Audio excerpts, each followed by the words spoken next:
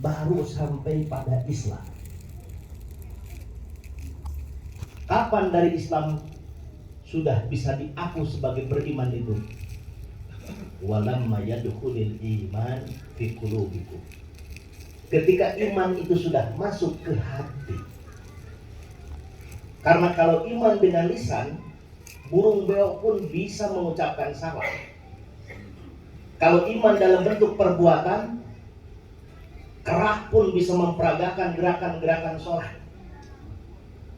Tetapi kera dan burung beo itu tidak punya hati dan tidak sampai ke jiwanya. Jadi kalau kita mengaku beriman dengan ucapan, dengan perbuatan, hewan pun bisa melakukannya. Diaku beriman, diaku sebagai hamba yang beriman ketika iman itu masuk ke hati. Untuk masuk ke hati itu butuh profesional-profesional yang bisa membantu memasukkan iman ke hati. Karena tidak mungkin kita bisa memasukkan iman ke hati kita. Para sahabat saja dibantu Rasulullah Muhammad Sallallahu Alaihi Wasallam. Apalagi kita pasti membutuhkan bantuan untuk memasukkan iman ke dalam hati. Dan alhamdulillah, para ikhwan kita semua sudah dibantu oleh guru agung memasukkan iman ke dalam hati dengan cara alhamdulillah. Kalau sudah masuk ke dalam hati, ditandai dengan adanya ketenangan. Jadi kalau resah, gelisah, jangan-jangan iman kita belum bersemayam di dalam hati. Kan sudah dimasukkan oleh guru agung ke dalam hati, lepas deui buah-buah. Karena itu setelah masuk ke dalam hati, apa perintah Al-Quran? Ya ayyuhalladzina amanu taqullah, wahai orang-orang yang beriman, yang imannya sudah masuk ke dalam hati karena sudah ditalkin. Ittaqullah, bertakwa kepada Allah, laksanakan perintah Allah, jauhi yang dilarang Allah, laksanakan apa yang dicontohkan baginda Nabi, dan jauhi apapun yang dijauhi oleh Nabi. Al-ulama warasatul anbiya, ulama, guru agung, mursyid kita memberikan contoh. Wujud takwa adalah ketika apa yang ditinggalkan abah, jauhi, yang dilaksanakan abah, amalkan. Satu di antaranya tadi meninggalkan ashabul udud. Kalah di dalilan majar teh warkamu marokiin. Alhamdulillah. Pengarsa menyatakan iman yang paling tinggi la ilaha illallah. Iman yang paling rendah itu meninggalkan hal-hal yang tidak bermanfaat.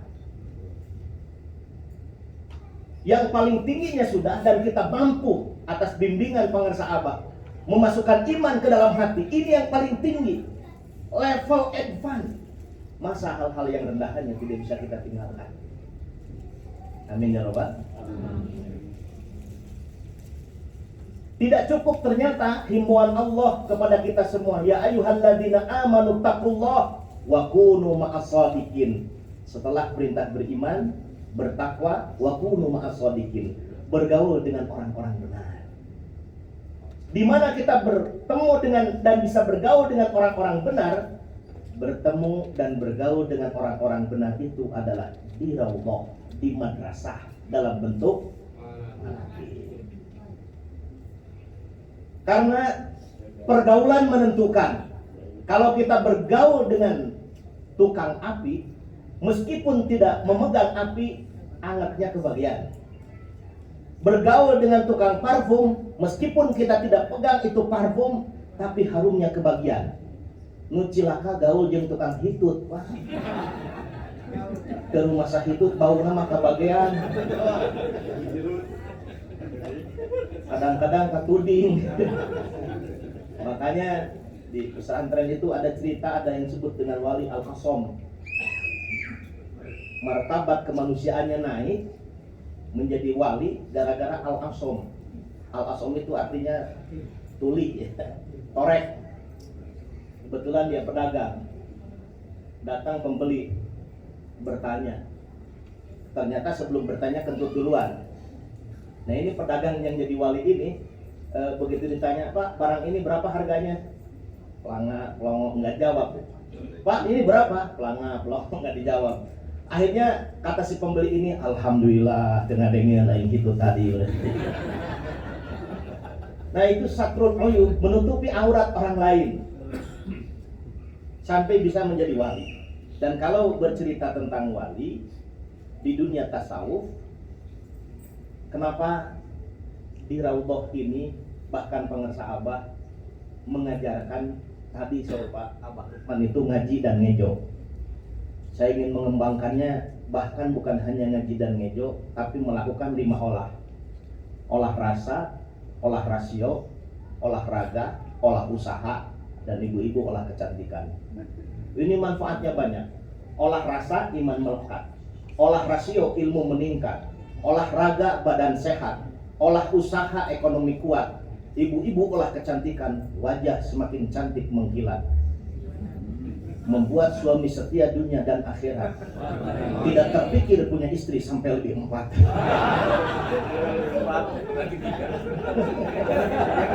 masih aman Pak, 3 masih aman dicarekan keduaan. Para ikhwan yang saya hormati dan Allah muliakan, kalau iman sudah masuk ke dalam hati, kemudian meninggalkan tarkul manahi wa tarkul ma'asi, sebagian penting dari hal takwa. Untuk punya karomah itu kuncinya takwa. Inna akramakum indallahi atqakum. Dan orang karomah itu beda dengan orang yang punya hikmah. Kalau dulu backgroundnya ada yang pernah belajar hikmah itu ada spesialisasinya. Aing jago mubaran, tapi itu bisa melet. Ada yang punya ilmu pengasihan, tapi tidak punya yang lainnya. Tapi kalau karomah, tanpa diminta, manakala dibutuhkan itu datang. Itu karomah. Karomah itu dari kekuatan takwa. Beberapa karomah para wali Allah banyak diceritakan di pondok-pondok pesantren dan juga di para ikhwan. Tapi ketika ditanya ilmu naon namanya teh pangarsa biasa gitu, yang bersangkutan tidak tahu, Allahu a'lam. Sehingga tidak ada pengakuan terhadap kehebatan dirinya dan tidak mengetahui kehebatan dirinya. Kalau hikmah, oh panemeh ku abdi dipentang ku hiji. Kuningnya karena nu geulis bogohon pan ku abdi ngaos ya ulang pangucap Nabi Sulaiman cahya Nabi Yusuf surah Bidaud ya kalawan kasem. Asih meringan awaki. Saya guru saya mau ulah ganggu. Tulis. Mengaku ilmu. Jadi kalau kita pernah belajar hikmah, pasti tahu kenapa bisa A karena B. Karena tahu A dan B-nya, kita ada mengaku. Oh karena itu. Itu kurang-kurangnya bisa musyrik gitu. Karena mengaku. Tapi kalau orang karena takwanya, dia punya karomah, tidak mengaku. Tidak tahu. Tiba-tiba ada seorang wali diserang Belanda, dilemparkan sapu lidinya, Belandanya kabur semua. Belanda dulu kabur, kalau Abah jagat ke Belanda. Hebat. Belanda datang ke sini menjajah, beliau menjajah gitu. Menjajah mencari ilmunya. Tapi ketika ditanya kenapa bisa begitu? Tidak tahu. Banyak sekali karomah-karomah yang disaksikan dan dirasakan dari pengasahan. Beliau tidak akan bercerita, tetapi kita menjadi saksi. Dan kita mengakui beliau punya karomah, tapi beliaunya sendiri tidak merasa punya karomah. Ini kan yang mantap.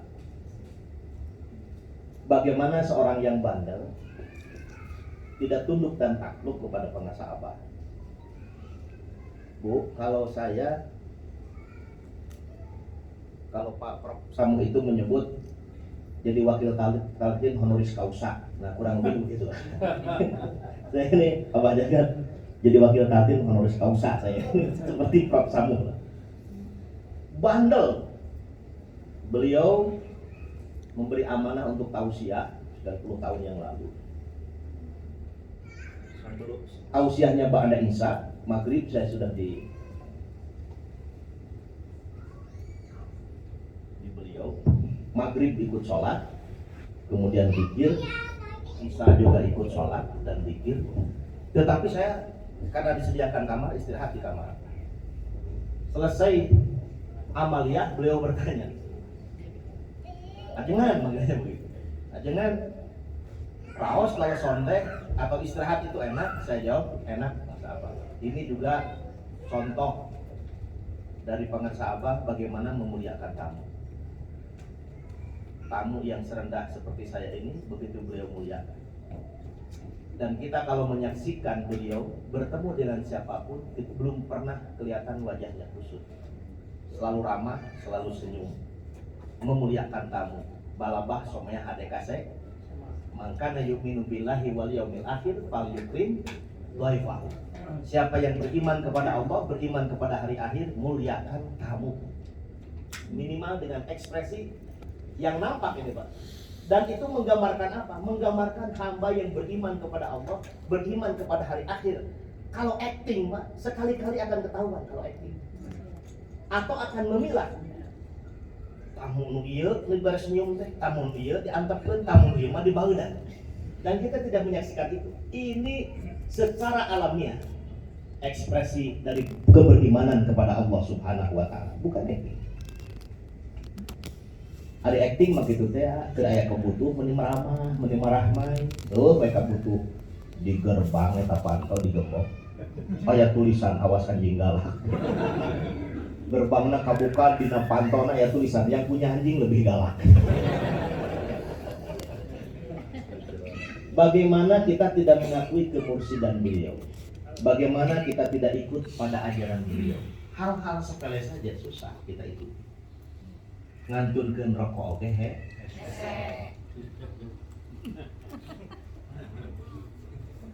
Betul nggak Pak? Susah tidak? Susahnya berasa. Susahnya berasa. Baru tanhauna anil munkar itu, belum ta'muruna bil ma'ruf.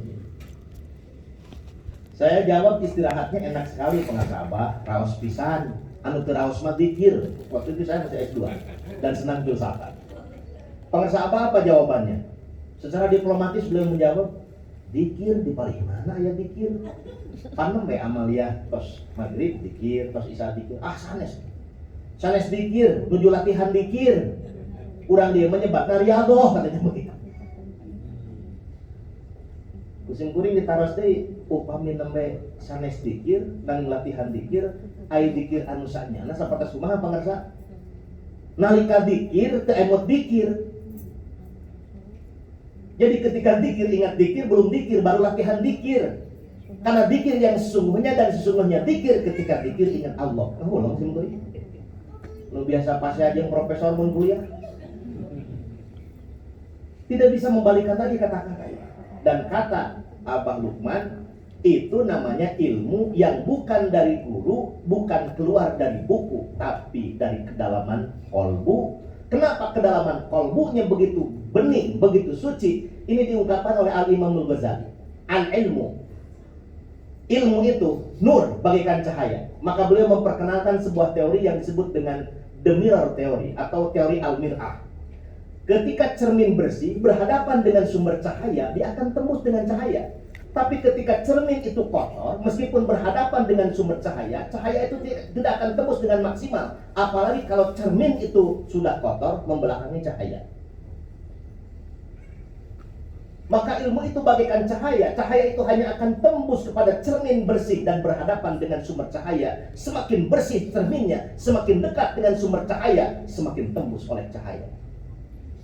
Maka pantas Al-Quran Surah An-Nahl ayat 78 Allah berfirman, "Wallahu akhrajakum min butuni ummahatikum la ta'lamuna syai'a."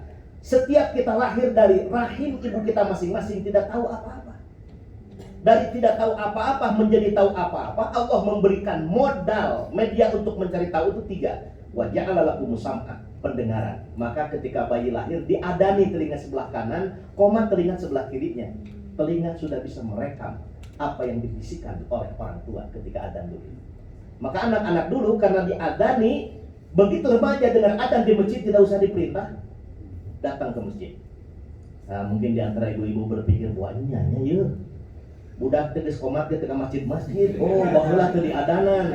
Kayak balik manakib mah budak teu diadanan ke bapana, ngalawan lah itu. Yang kedua al-absar. Betapa indah Al-Qur'an ketika menyebutkan al-absar artinya melihat, dan melihat itu sedikitnya ada 3 yang diperintahkan Quran. Yang pertama nadhara. Afala yanzuruna ilal ibli kaifa khuliqat. Melihat tapi dalam arti meneliti. Dengan metode tertentu, teori tertentu, itu akan menghasilkan pengetahuan tertentu. Yang kedua, basara wa fi anfusikum afala tubsirun, melihat ke dalam, introspeksi. Yung sidirinu sajati, nyaksa awak nu utama, sangkan bumi manjing ka langitna, ayat manjing ka adamna, itu perenungan. Kemudian melihat ro'a.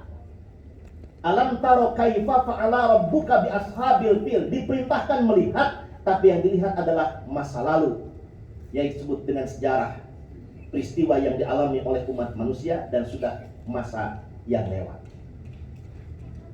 Maka kalau belajar Al-Quran dengan terjemahan bingung Pak. Mana beda ini, nasinya sempat ramai di Jakarta kemarin yang ulil amri itu. Kalau terjemahan repot. Bapak Ibu yang dirahmati Allah. Dan yang ketiga, alat untuk mencari tahu selain pendengaran dan penglihatan, Allah menyebutnya al-afidah, hati. Imam Ibnu Katsir menyebutnya kal ighrabati fi ghorobin. Hati itu disebutkan sedikitnya dengan 7 ungkapan hati. Hati saja ada 7 julukan hati. Sodrun terjemahannya hati. Kolbun terjemahannya hati. Fuadun terjemahannya hati. Lubun terjemahannya hati. Sir juga rasa terjemahannya hati. Sodrun hati bagian luar. Kolbun hati bagian dalam. Di dalam kolbun ada fuadun. Di dalam fuadun ada lubun. Maka kalau ada kabupaten di provinsi Banten ke dalam itu Kabupaten Lebak. Kalau ada sayuran ditanam ke dalam tanah disebut sayuran Lebak. Tapi upamanya cau dipesek diasupkeun karena semut cek kurang Bandung disebut cau di Lepok. Sir rasa, bahwa sir ana, di dalam rasa itu ada rasa yang paling dalam. Ahli psikologi menyebutnya sebagai emotifna. Orang-orang yang tidak mengaku bertuhan itu sebetulnya mengingkari kaidah filsafat yang mereka junjung tinggi. Abah Jagat, saya pernah belajar filsafat, kemudian saya coba apa yang membedakan filsafat Barat dengan filsafat Islam. Ternyata perbedaannya satu. Ketika berbicara tentang manusia dan alam, menggunakan paradigma filsafat yang rasional. Yang rasional itu yang diterima, tidak rasional itu yang ditolak. Tapi ketika berbicara Tuhan, dia keluar dari kaidah filsafat atau murtad dari filsafat karena dia tidak rasional. Kalau saya pegang mic, kemudian saya bertanya, apakah mic ini jadi sendiri atau ada yang membuat? Ada yang membuat, itu jawaban paling rasional, meskipun kita tidak tahu siapa yang membuatnya, siapa nama pembuatnya, bagaimana cara membuatnya, di mana pembuatnya kini berada, bagaimana saya supaya kenal dengan pembuatnya. Tapi secara rasional kita akan mengatakan mic ini tidak mungkin jadi dengan sendiri, pasti ada yang membuatnya. Terus boro-boro mic pan budak ya anu nyieuna. Oyak-oyakan hidung jeung bapak. Dalam keadaan gelap dan terang terjalin kerjasama yang baik dan menghasilkan produksi anak yang incu kali itu. Ini yang rasional. Kalau mic saja yang sederhana ini pasti ada yang membuatnya, apalagi bumi, langit, uteuk tongo, walang taga, orong-orong gogodongan. Yang lebih rumit lagi pasti ini ada yang membuatnya. Ketika dikatakan bumi dan langit ini jadi dengan sendirinya, itu jawaban yang paling tidak rasional. Tapi ketika kita punya kesimpulan bumi, langit, dan diri kita ada yang membuatnya, meskipun kita belum tahu siapa pembuatnya umpamanya, itu sudah rasional. Kemudian akal manusia berkembang. Kalau bumi, langit, dan dirinya ada yang membuatnya, kemudian bertanya-tanya, siapa sih pembuatnya ini? Bagaimana saya dekat dengan pembuatnya ini? Bagaimana saya kenal dengan pembuatnya ini? Bagaimana saya bisa menjadi yang terdekat dengan pembuatnya ini? Filsafat sudah tidak bisa menjawab lagi. Sains tidak bisa menjawab lagi. Maka ada yang disebut dengan mystical knowledge, pengetahuan mistik.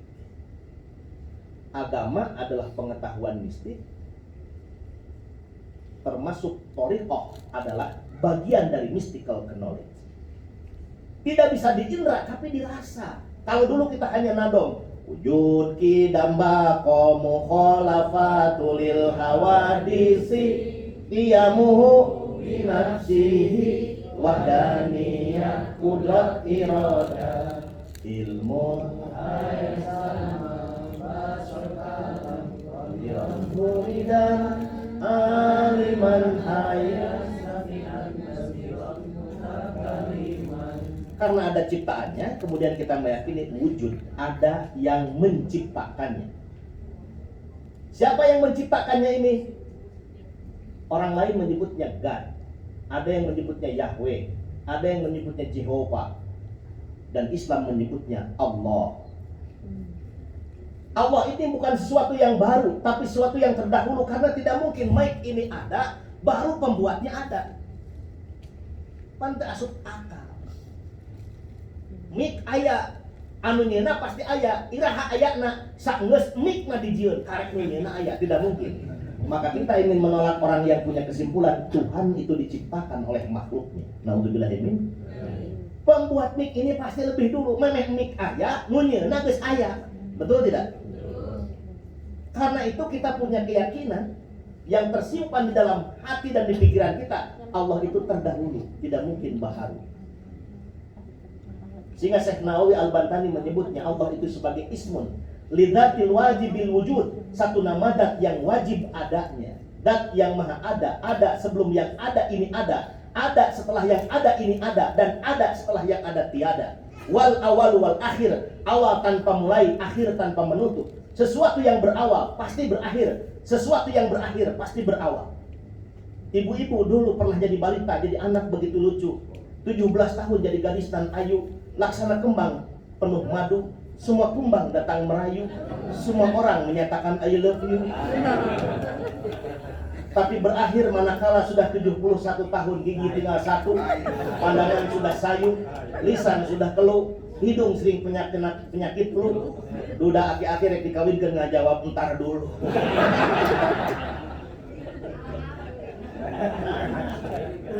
Mudah-mudahan cangga si parayu. Tapi ini jawaban-jawaban filsafat. Konsumsinya akal dan logika. Tetap saja tidak menemukan hakikat Allah dan Allah yang hakiki itu. Karena menemukan Allah yang hakiki dan hakikat Allah itu walama yadkhulul iman. Ketika iman masuk di hati. Jadi saya cukup lama belajar filsafat. Gaul juga dengan saudara-saudara jaringan Islam liberal dulu. Kalau kesan es dulu di Ciputat ya apa? dengan filsafat. Tapi saya tidak menemukan Tuhan di situ. Kamu anu teu diajar filsafat, memeureumpan filsafat teh bahasa Arab, ai fil teh gajah, sapat buntung gitu.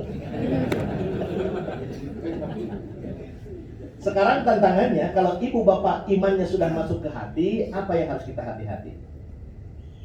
Yang harus kita hati-hati dan antisipasi adalah wariskan iman yang di hati ini kepada keturunan kita. Sebab fenomena muncul dengan filsafat perennial, spirituality yes but organic religion no. Manusia akhir zaman itu bertuhan tapi tidak mau beragama, muncullah yang disebut dengan agnostik. Kalau dulu masih umpet-umpetan, sekarang sudah mulai bertanya, minimal di forum-forum ilmiah, dan dengan jujur mengatakan, saya agnostik Pak. Saya bertuhan tapi saya tidak beragama. Kemudian kita kejar, saya bertuhan karena beragama, dari agama itulah mengenal Tuhan. Ya, kalau sampean mengaku bertuhan tapi tidak beragama, lalu Tuhannya ditemukan, konsep Tuhannya dari mana? Tapi ini cukup gencar di kalangan anak-anak muda yang konon kabarnya disebut anak milenial. Anak milenial itu cirinya mendapatkan informasi tidak dari koran, tidak dari radio, tidak dari TV, tidak dari bisik-bisik tetangga, tapi menggunakan internet sebagai kiblat segala informasinya. Maka begitu arif, bijak, dan antisipatif pangersa Abah Aos juga pangersa Abah Jagat. Biasanya torekat ini ilmu yang disembunyikan. Malahan baheula mah kade budak ngora ulah kana torekat, ke geus mah torekat mah. Marukan dek nepi ka kolot meureun sidik kae kana kolot. Diumpetin, tapi sekarang di-share untuk memperdalam informasi-informasi Thariqah Qadiriyah Naksabaniyah, nasihat dan wejangan pangersa Abah. Kita bisa lihat YouTube-nya, karena ini kita sudah berlawanan dengan zaman anak-anak era milenial yang kalau ilmu ini disembunyikan, mereka tidak akan mencari dan tidak akan menemukan. Hancurlah mereka. Tapi ketika muncul di medsos, ini sedikitnya bisa mengimbangi. Selanjutnya bisa menjadi solusi terhadap persoalan-persoalan yang sedang mereka hadapi. Oleh karena itu, manakib boleh di-share di WhatsApp, di Facebook, Facebook, atau mungkin di TikTok ya, di TikTok. Karena ini eranya harus kita publish dalam rangka wa kunu ma'as shadiqin, bergaul dengan orang-orang benar, baik secara langsung ataupun melalui media. Amin ya robbal alamin. Nah, itu kalau aminnya sudah kenceng, tandanya pidatonya juga harus berakhir. Allahumma biqil abun tariq. Wassalamualaikum warahmatullahi wabarakatuh.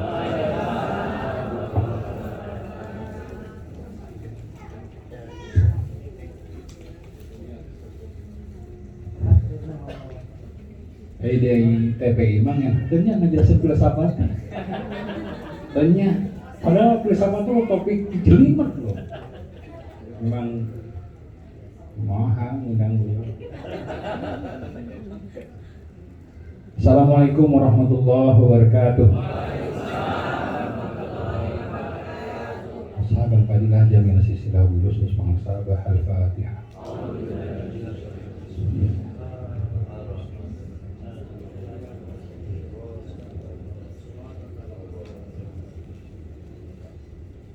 Alhamdulillah, puji syukur kepada Allah, salawat dan salam kepada Nabi Muhammad SAW.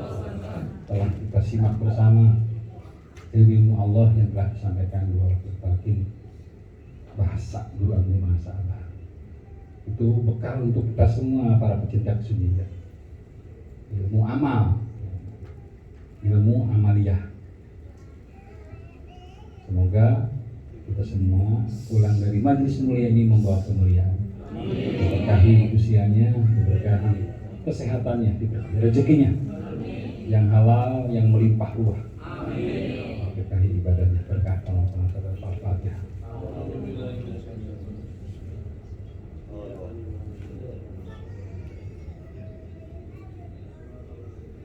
Masih ingin menyinggung pertanyaan sederhana dari pangersa Abah waktu manakib di Pusat.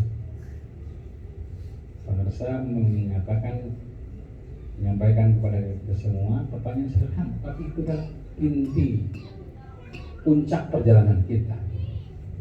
Pertanyaan beliau, Bapak Ibu senang sekarang? Bahagia sekarang? Yang bahagia apa? Lutut, kaki, tangan, atau hati? Nah, senang hati. Di puncak perjalanan kita itu adalah senang hati, bahagia. Itulah surga. Nah, pengen nyambung dengan apa yang disampaikan oleh Ajaran Lukman tentang jatuh cinta jadi mabuk asmara. Kenapa kita mesti jatuh cinta dan selalu di mabuk asmara?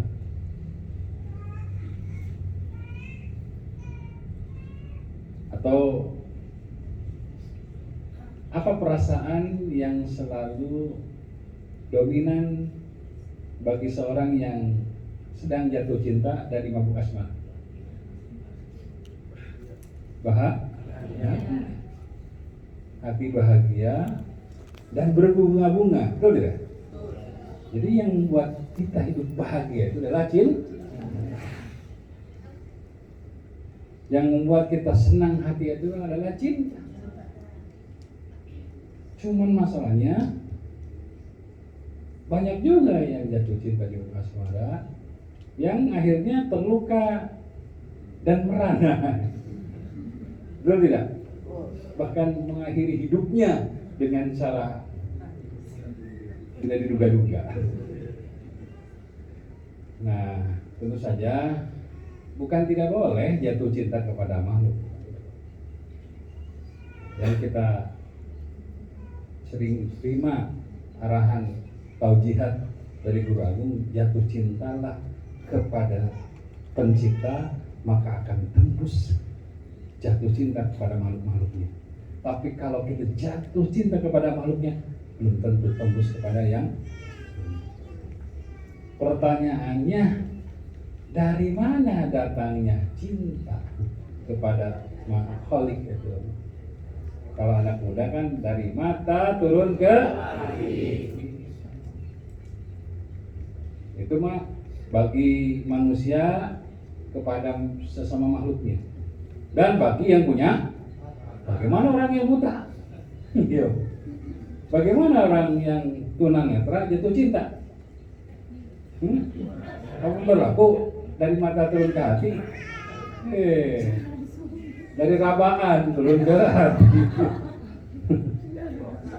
Nah, intinya kalau jatuh cinta kepada makhluknya sangat indrawi prosesnya, proses awalnya.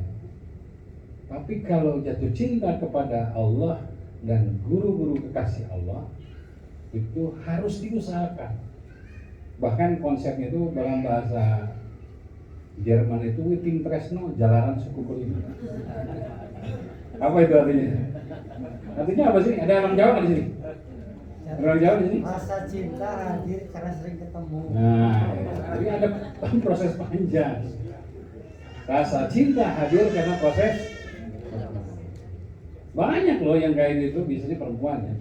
Perempuan tuh paling bisa melakoni Witing Tresno, jalanan suku Kulino. Dulu dipaksa dijodohin nggak mau, tiba-tiba anak udah 5 ya. Jadi jatuh cinta kepada Allah dan kasih Allah itu harus diusahakan, harus menempuh satu proses, harus mau kerja gitu. Nah, dan kita tidak ada lain bagi yang sudah menerima, yang telah ditanamkan benih unggul cinta, yaitu la ilaha illallah, harus memaksa bisa menumbuhkan benih cinta yang telah ditanam dengan cara mengistiqomahkan dikir. Kata pengesaba anom yang terus digaungkan oleh pengesaba, kita itu bukan harus sampai berzikir, itu harus sampai cinta dikir. Itu. Jadi puncak perjalanan kita itu cinta dulu. Jadi berzikirlah kamu sampai cinta dikir. Tadi yang disampaikan oleh Bang Sahabat nyambung dengan itu. Bukan dikir itu lagi latihan dikir. Karena kalau prosesnya masih dipaksa bisa dikir, maksakan dikir teh malah disok dihitung ya, masih sok dihitung, masih sok hitungan dikir, tapi masih diajar dikir, can cinta dikir. Jadi berzikirlah sampai kamu mencintai dikir. Artinya ya kayak orang yang jatuh cinta kan, artinya orang yang jatuh cinta kan pasti sering nyebut, sering ingat, betul tidak? Pasti ngobrol pun si eta deui, si eta deui. Manehna deui. Namanya selalu disebut kau kasih. Ya. Kecuali apalagi namanya nama bagi yang itu ya, pasangan yang terbuka, kalau selingkuhan biasanya nggak disebut. Jadi pasti banyak menyebutnya, selalu mengingatnya, betul kan? Orang jatuh cinta. Nah, seorang yang melaksanakan amalia zikirnya tanpa harus ada yang maksa dan senang aja pokoknya waktu setiap waktu ini. Dan tanda cinta diukur dari kuantitinya. Ya, pasti orang yang jatuh cinta zikir pasti bilangannya di atas rata-rata. Dan dia menikmatinya pasti. Jadi orang yang cinta zikir itu dan pasti prosesnya, karena cinta zikir itu adalah di dalam hadis Nabi Muhammad SAW menyampaikan alamatul hubbillah hubbu, ciri cinta Allah cinta zikir. Jadi cirining sejarahnya, cirining kita sudah dalam cinta Allah, mahabbatullah, kita cinta zikir. Cinta zikir itu diwujudkan antara lain satu kuantitinya di atas rata-rata. Yang kedua, ketika melaksanakannya menikmatinya. Karena aslinya kata penulis asli zikir at-taladul halawah. Manis dan lezat zikir teh. Nah, supaya manis dan lezat dan kita cinta pada zikirnya, maka prosesnya, kaifiahnya mesti benar. Mesti benar. Karena kalau nggak benar dalam kaifiah zikirnya, selamanya akan cuma latihan zikir. Kalau sudah cinta zikir mah aduh udah deh, suka lupa segalanya. Baik dalam ketika mengerjakan zikir jahatnya aja aduh. Padahal para sahabat itu meskipun pakai tasbih 165, setelah 165 itu lepas, nggak pernah ngitung. Setelah 165 lepas sudah, terus zikir sama. Kalau kita lepas sare, lepas tasbih itu tidur kita. Karena salah lepas tasbih itu terus, tidak terbilang dan tidak dalam keadaan berjamaah. Misalnya di masjid umum, tidak, biasanya sholat malam. Udah sholat malam kadang-kadang pikir sampai subuh, lagi subuh sampai isra, gitu. Jadi ketika mengerjakannya benar-benar menikmatinya. La ilaha illallah. Kayak orang lagi lagu klasik atau lagu. Ini seperti yang mencintai lagu kan, ada yang suka dangdut, ya. Udah kalau dengar lagu dangdut udah. Kayak orang suka jazz ya, udah lupa. Nah kita terhadap zikir juga itu. Maka rumusnya supaya cinta zikir itu paksa bisa agar terbiasa. Kalau sudah terbiasa, pandai merasa. Kan itunya enak rasa. Tadi subuh berapa tadi? 2000 ya. Terkarasa. 2000. Kalau sudah menikmatinya udah kita udah surga dunia. Dan sirining sudah cinta zikir, hidupnya selalu bahagia. Lamun masih bersusah hati, masih latihan zikir. Yang sudah selalu senang hati, sudah zikir gitu. So, nah ini evaluasi perjalanan kita belajar zikir. Makanya pengusaha juga kan kalau ada yang talqin zikir, Pak, saya ingin minta jadi apa? Saya ingin jadi murid Abah, ingin belajar zikir, ingin zikir. Alhamdulillah Abah ya teman diajar, Abah Geker diajar. Maka pengusaha menyebut Abah Geker diajar, ayah teman belajar, menyebutnya kan begitu. Itu teh untuk apa namanya? memberikan hiburan kepada kita supaya kita tidak pesimis gitu. Jadi kalau ingin senang hati, tembuskan zikirnya dari lisan ke hati, dari hati ke rasa, dari rasa ke mesra, itu. Nah, gitu. Jadi tugas kita dan yang kaitannya dengan bagaimana menembuskan zikir sampai mencintai zikir itu, komponennya yang menikmati zikir itu, Pak Ngersa ngasih panduan adalah apa? Ketika berzikir jangan malas gerak.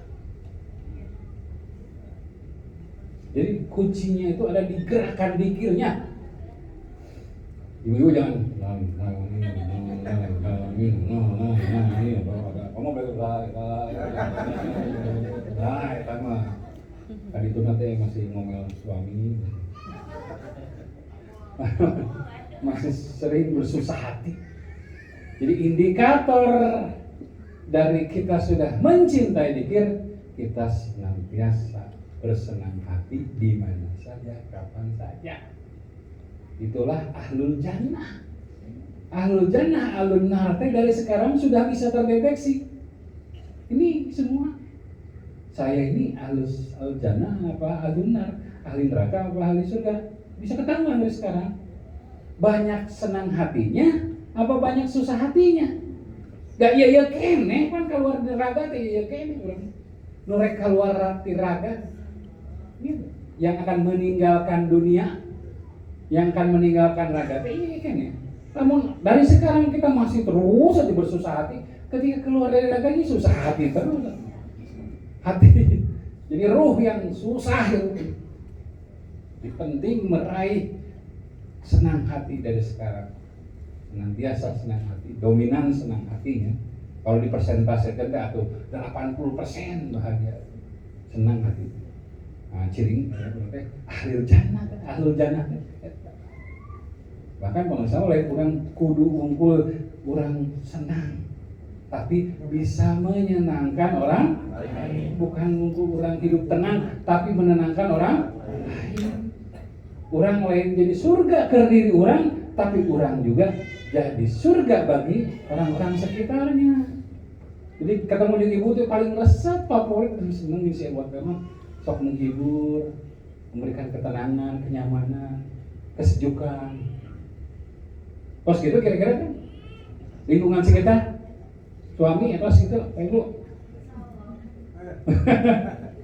Nah, kalau suami sudah betah di rumah, senang rerejengan jadi ibu sudah ahlul jannah. Gitu. Karena ini bisa membuat bahagia pasangan. Kalau sakit terbetah di rumah, jadi ibu berarti dia berarti ibu masih di neraka dan dia punya surga yang lain. Di pengkolan mana kita tahu. Ada surga di pengkolan. Kalau ibu mah, syaratnya boleh banyak surga kan. Di Al-Quran ada tulisannya Nabi Muhammad. Enak teruskan tidak? Jangan. Jadi itu ya. Jadi indikator kita berzikir sudah mencintai zikir, kita itu sudah tidak pernah hitungan, tidak pernah hitung itu. Dia tidak pernah hitung aja lah. Ya kata pernah sabar, lepas tasbih kan sudah lempar gitu. Nah, orang mah mungkin ngelempar tasbihnya di tasbih 1.000 gitu kan. Ayo bisa 95 lempar tasbih karek ke rumah besar gitu. Ya. Cik ayeuna urang geus serius kan jane. Nah gitu, kamu orang senang biasa perasaannya seperti ini. Senang ibu senang kan? Nah, senang kan yang mukul di dia punya. Kan ini udah keluar dia ingat hutang deui. Ingat masalah ini. Jadi ini hidup soal memilih fokus sebetulnya. Sekarang di sini terfokus energinya, ingatannya kepada Allah dan seluruh ahlu silsilah yang hadir di sini. Seluruh arwahul muqaddasah hadir di sini. Sehingga kita tidak dibuat ingat kepada yang lain-lain. Ya benar. Di sini kan poho karena masalah tadi pagi atau tadi malam poho kan. Nah itu orang terus bergabung dalam medan energi ahli zikir. Nah keluar we gaul jeung ahli goplah, ahli goplah teh maksudnya lupa. Ahli dimaksud lupa teh pikiran dan